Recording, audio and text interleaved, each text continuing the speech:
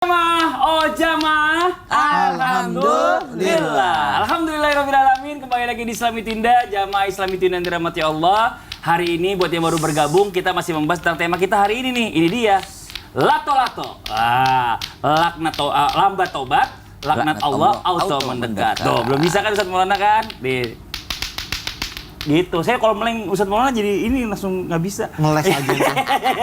Tapi sebelumnya saya ada pertanyaan nih, bagus nih ya. Apa tuh? Dari jamaah nih, dari Harsono Muhson. Apalagi? Assalamualaikum warahmatullahi wabarakatuh. Waalaikumsalam warahmatullahi wabarakatuh. Enggak, ini ada pertanyaan lucu aja nih. Mau tanya, saya sering nonton Islam itu Indah tiap hari. Alhamdulillah, makasih banyak Mas Harsono. Saya mau tanya buat Ustadz Syam.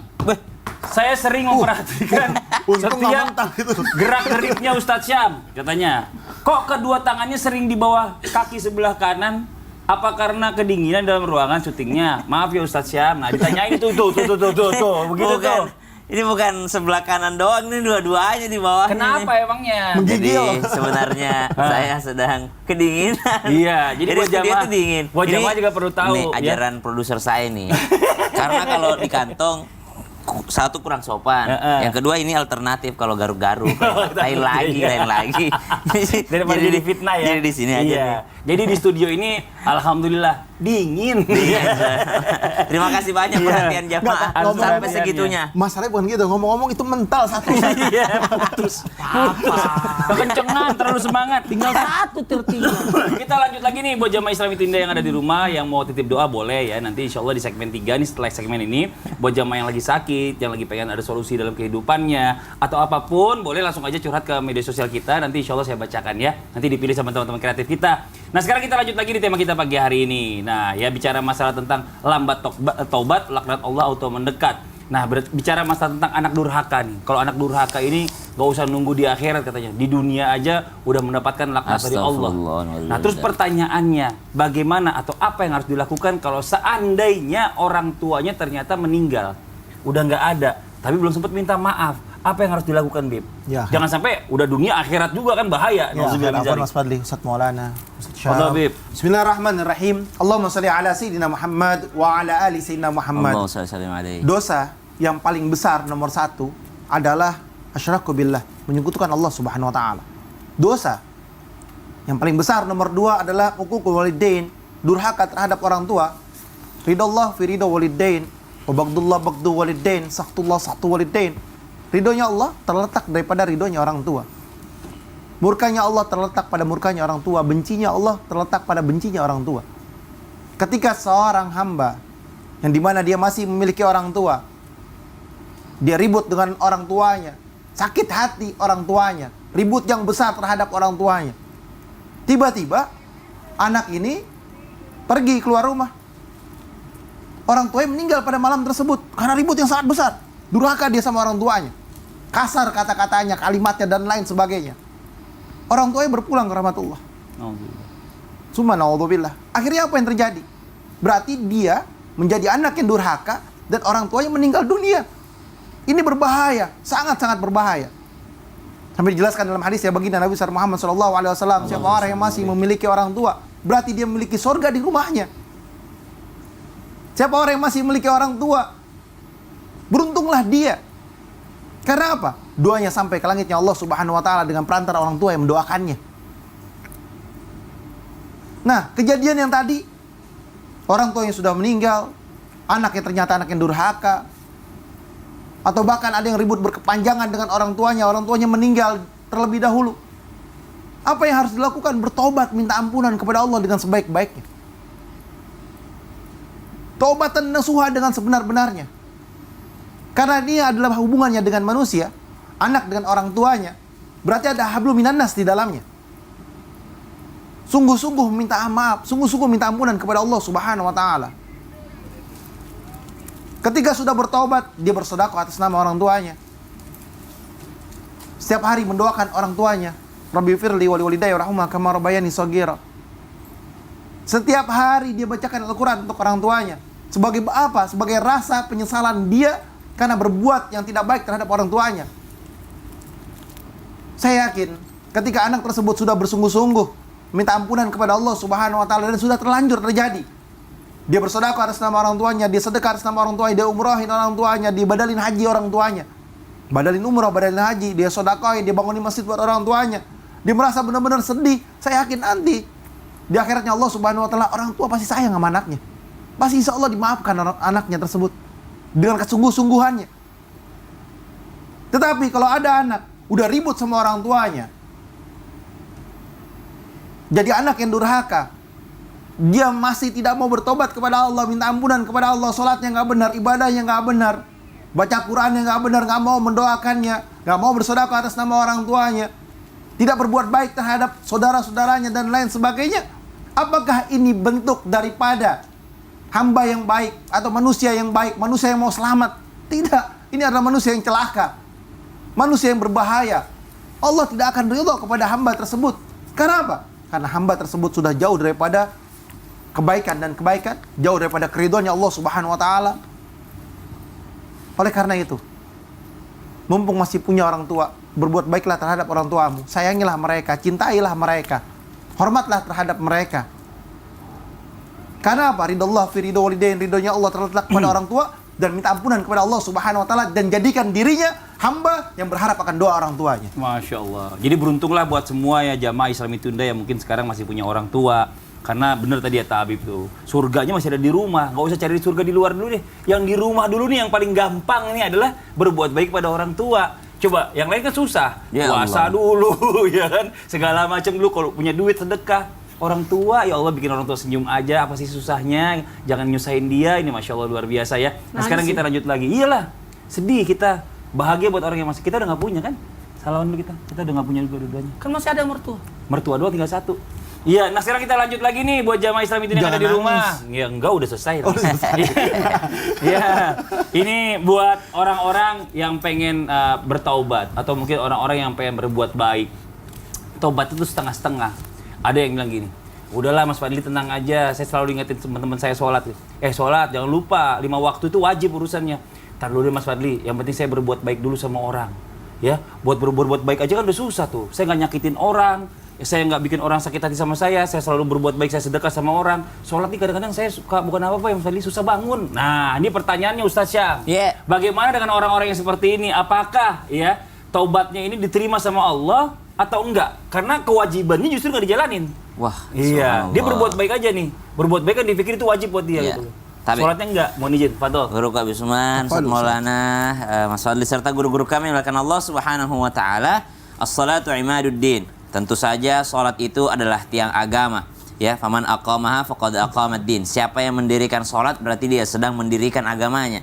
Rumah tanpa tiang itu subhanallah bisa jadi hancur ataupun memang tidak bisa terbangun. Maka ternyata salat itu adalah tiangnya agama, suatu fondasi yang sangat penting dalam orang beragama. Apalagi dia mengatakan atau mengatakan dirinya sudah bertaubat. Berarti yang tentu saja mesti dilakukannya adalah salat, dan salat juga adalah amalan pertama yang dihisab, yang diperiksa oleh Allah Subhanahu wa taala. Kalau salatnya baik, insya Allah akan dianggap baik semua amalannya.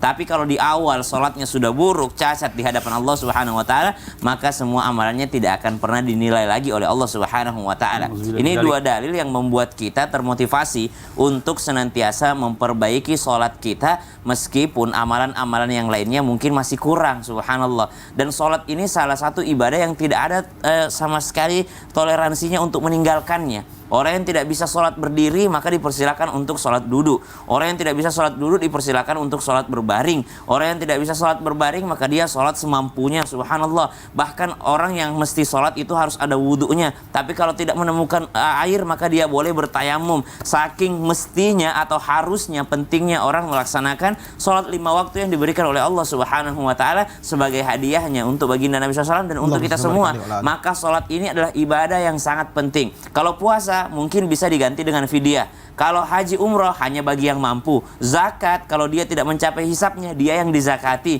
Dia tidak punya harta, dia yang dizakati, subhanallah. Tapi kalau sholat tidak ada sama sekali konsekuensi ataupun keringanan bagi orang untuk meninggalkannya. Maka jangan pernah untuk meninggalkan ibadah sholat. Itu yang pertama. Ini adalah penjelasan supaya kita tidak meninggalkan sholat. Yang kedua, bagaimana dengan amalan baik? Amalan baik itu sangat luas. Bahkan yang membuat kita berbuat baik itu adalah sholat kita. Ba'da naqul a'udzubillahi minasyaitonirrajim. Innas salata tanha 'anil fahsya'i wal munkar. Karena sesungguhnya salat itu mencegah daripada perbuatan keji dan mungkar. Muncul nih pertanyaan nih, Ustadz, saya sebenarnya pengen salat 5 waktu, tapi saya melihat Pak Haji itu loh, subhanallah, 5 waktu ke masjid tapi kelakuannya buruk, dia akhlaknya tercela. Subhanallah, sebagaimana orang yang berusaha untuk khusyuk dalam salatnya, begitu pula orang yang salat berusaha memperbaiki akhlaknya. Jadi lambat laun salat itu akan memperbaiki akhlaknya. Sebagaimana orang yang salat juga, tidak semua orang yang salat itu dalam keadaan khusyuk, dan tidak semua orang yang sudah salat itu bagus kelakuannya, tidak. Tapi salat itu setidaknya akan mencegahnya daripada perbuatan keji dan mungkar, akan membuat dia semakin berusaha memperbaiki dirinya. Malu sama peci, malu baru pulang dari masjid kok berbuat jahat, baru selesai melaksanakan salat zuhur kok sudah menzalimi pasangan, sudah menzalimi anak-anak. Maka salat itu tetap akan selalu mencegah daripada perbuatan keji dan mungkar. Maka Al-Quran mengatakan kepada kita semua, ba'da naqul a'udzubillahi minasyaitonir rajim, ittaqullaha mastata'tum. Yang pertama adalah bertakwalah semaksimal mungkin. Jadi kalau pertanyaannya, apakah orang yang taubat setengah-setengah ini tidak diterima sama Allah? Oh, tentu saja. Kata Allah, ittaqullaha mastata'tum. Bertakwalah semaksimal mungkin. Namun setelah itu, ittaqullaha haqqa tuqati. Bertakwalah sebenar-benarnya takwa. Jadi ada tingkatan-tingkatannya, insya Allah sampai mencapai takwa yang sebenar-benarnya takwa. Iya, jadi buat yang tadi bertanya sama saya juga, buat teman-teman nih yang mungkin di rumah belum sholat, tapi udah coba berbuat baik, sholat dulu. Berbuat baik tetap, iya kan? Karena sholat itu wajib. Hukumnya wajib. Nanti kalau udah meninggal yang pertama kali ditanyain sholatnya dulu masalahnya. Masya Allah. Yang pertama itu sahadat. Yang kedua baru salat. Yang ketiga zakat. Kan dia udah Islam. Iya, gimana sih? Saatnya nggak tepat. Oke, kita lanjut lagi. Buat jamaah Islam Tindak yang ada di rumah, saya akan mencoba menjawab pertanyaan-pertanyaan masuk nih yang ada di sosial media Islam Tindak. Kalau gitu langsung aja kita masuk ke segmen Tanya Dong Ustadz. Kami semua tanya dong Ustadz. Jadi kalau udah Islam nggak usah sahadat lagi Ya Ustadz. Allah, sahadat lah. Dalam salat kan ada sahadat. Udah wajib itu, kan udah Islam. Ya Allah, ya Allah. Iya. Kita masuk ke pertanyaannya nih ya. Yang pertama dari Instagram hamba Allah. Assalamualaikum warahmatullahi wabarakatuh Ustaz. Waalaikumsalam warahmatullahi wabarakatuh. Saya mau nanya nih, saya punya mama dan dia itu suka banget ngomongin orang. Allah. Apa-apa pasti merepet mulutnya, nggak bisa diam. Apakah taubatnya mama saya itu harus minta maaf ke orang-orang yang udah diomongin? Atau gimana? Soalnya mama saya takut dapat laknat Allah Ustaz. Ya Allah, ini mamanya, ini teman saya merepet juga langsung ngantuk. Kayaknya yang main di rumah ngomong mirip banget yang sebelah kanan. Gini, mohon izin kepada semuanya tanpa menggurui ataupun menyudutkan siapapun orangnya. Kepada orang yang merasa dirinya berdosa dan dosanya itu berkaitan kepada sesama manusia, maka yang paling pertama adalah selesaikan dulu urusan kepada manusia. Dalam hal ini kalau dia dosanya adalah ngomongin orang, maka yang pertama dilakukan adalah memperbaiki nama baik orang dulu. Klarifikasi, perbaiki. Sebenarnya yang pernah saya bicarakan itu tidak seperti itu teman-teman. Datangi orang yang pernah engkau tempati ngomongin orang untuk memperbaiki nama baik orang tersebut. Yang kedua, betul, datangi orang itu untuk minta maaf dan ridho. Sekali lagi, maafnya dan ridhonya. Minta maaf bisa-bisa saja, tapi tunggu dulu, ridho nggak dia? Dan yang ketiga adalah tadi, perbanyak amal ibadah untuk menutupi kekurangan itu. Masya Allah. Oke, terima kasih banyak Ustaz. Kita masuk ke pertanyaan yang berikutnya dari Instagram hamba Allah. Assalamualaikum, izin bertanya. Waalaikumsalam warahmatullahi wabarakatuh. Saya kan pernah taubat nasuha, namun ada yang menghina anak saya sampai membulinya, dan akhirnya anak saya masuk psikiater. Saya sangat marah kepada orang-orang tersebut, bahkan saya mendoakan dia masuk neraka. Saya menjadi orang yang emosional dan suka bentak-bentak orang. Tapi saya taubat lagi, ya. Tapi saya belum bisa memaafkan orang tersebut dan masih dendam. Apakah saya tandanya taubat saya ini tidak diterima karena hati saya belum tenang? Nah, ini bagaimana hukumnya kalau orang yang seandainya udah memaafkan tapi hatinya ini masih dendam gitu. Mohon izin penjelasannya, Bib. Ya, afwan Mas Fadli, Ustaz Maulana, Ustaz Syam. Bismillahirrahmanirrahim. Allahumma shalli ala sayyidina Muhammad wa ala ali sayyidina Muhammad.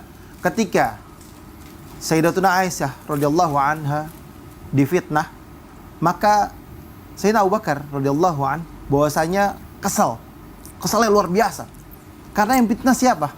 Mistah bin Usasah, yang dimana udah dikasih makan, udah diurusin, dikasih kehidupan. Abu Bakar bilang, aku tidak akan memberikan makan lagi, aku tidak akan menafkahi dia lagi, karena dia bagian daripada keluarga, aku gak akan kasih. Dia bagian daripada ahlulnya, daripada yang ada di dalam rumahnya. Tapi turunlah ayat Allah Subhanahu wa Ta'ala. Disuruh apa? Suruh afu, memaafkan, dan berlapang dada. Maka dengan turun ayat Allah Subhanahu wa Ta'ala, Sayyidina Abu Bakar As-Siddiq radhiyallahu an, aku lebih senang Allah Subhanahu wa Ta'ala yang menegurku, dan aku meminta ampunan kepada Allah, dan aku berharap akan ampunan ya Allah, sehingga aku memaafkan orang lain. Akhirnya dimaafkan oleh Sayyidina Abu Bakar As-Siddiq radhiyallahu an.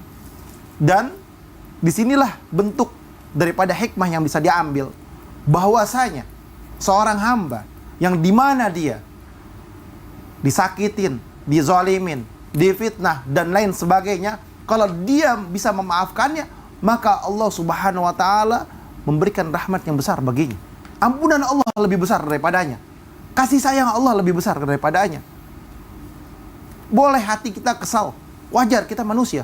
Boleh kita emosional, wajar, karena kita manusia. Boleh kita membela diri karena kita dizolimin, karena kita manusia, boleh membela diri. Tetapi ingat, kita harus bisa melapangkan dada kita. Kita harus bisa memaafkan. Dan menjadikan sebuah pembelajaran dalam setiap kejadian-kejadian. Ketika anak kita dizalimin, atau anak kita dilakukan yang tidak baik, kita tahu, kita sebagai orang tua pasti emosional, nggak mungkin nggak. Yang terjadi, sudahlah terjadi. Cari solusi yang terbaik dan lihat ke depannya, bukan ke belakangnya. Mungkin ini bentuk ujian dari Allah Subhanahu wa Ta'ala. Mungkin ini bentuk cobaan dari Allah Subhanahu wa Ta'ala. Atau bahkan musibah yang terjadi pada keluarga kita, dan berharap akan rahmatnya Allah, berharap akan ridhonya Allah, berharap akan ampunannya Allah. Kalau kita dalam terzalimin, doa kita dikabulkan sama Allah.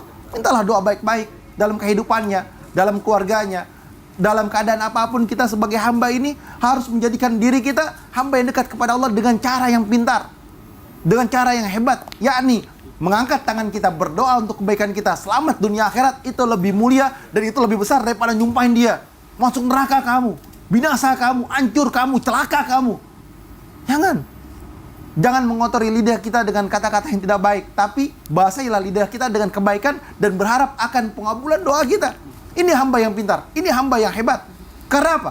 Hamba yang seperti ini akan berharap akhirat itu lebih kekal, abadi selamanya. Bukan hanya dunianya saja, akhirat yang terbaik. Jadi kalau misalkan Ustadz Maulana dizolimin sama Mas Fadli, ya wajar. Saya doa kalau gitu, saya lagi dizolimin Ustadz Maulana. Ya Allah, ampuni dosaku ya Allah. Ampuni dosa kedua orang tuaku ya Allah. Ampuni dosa anak dan istriku ya Allah. Ya Allah ya Tuhanku, jangan kau cabut nikmat yang kau berikan kepada kami ya Allah. Tambahkanlah ya Allah. Berikanlah kami selalu rezeki biasanya kalau seperti ini, biasanya kalau seperti ini, tidak lama lagi, tidak lama lagi. Dia sudah sadar. Mudah-mudahan Fadli panjang umur. Kayaknya emang udah lagi doa taubat ya Ustaz. Kita akan lanjutkan setelah yang satu ini. Jamaah, alhamdulillah. Ampuni dosa guru-guruku ya Allah.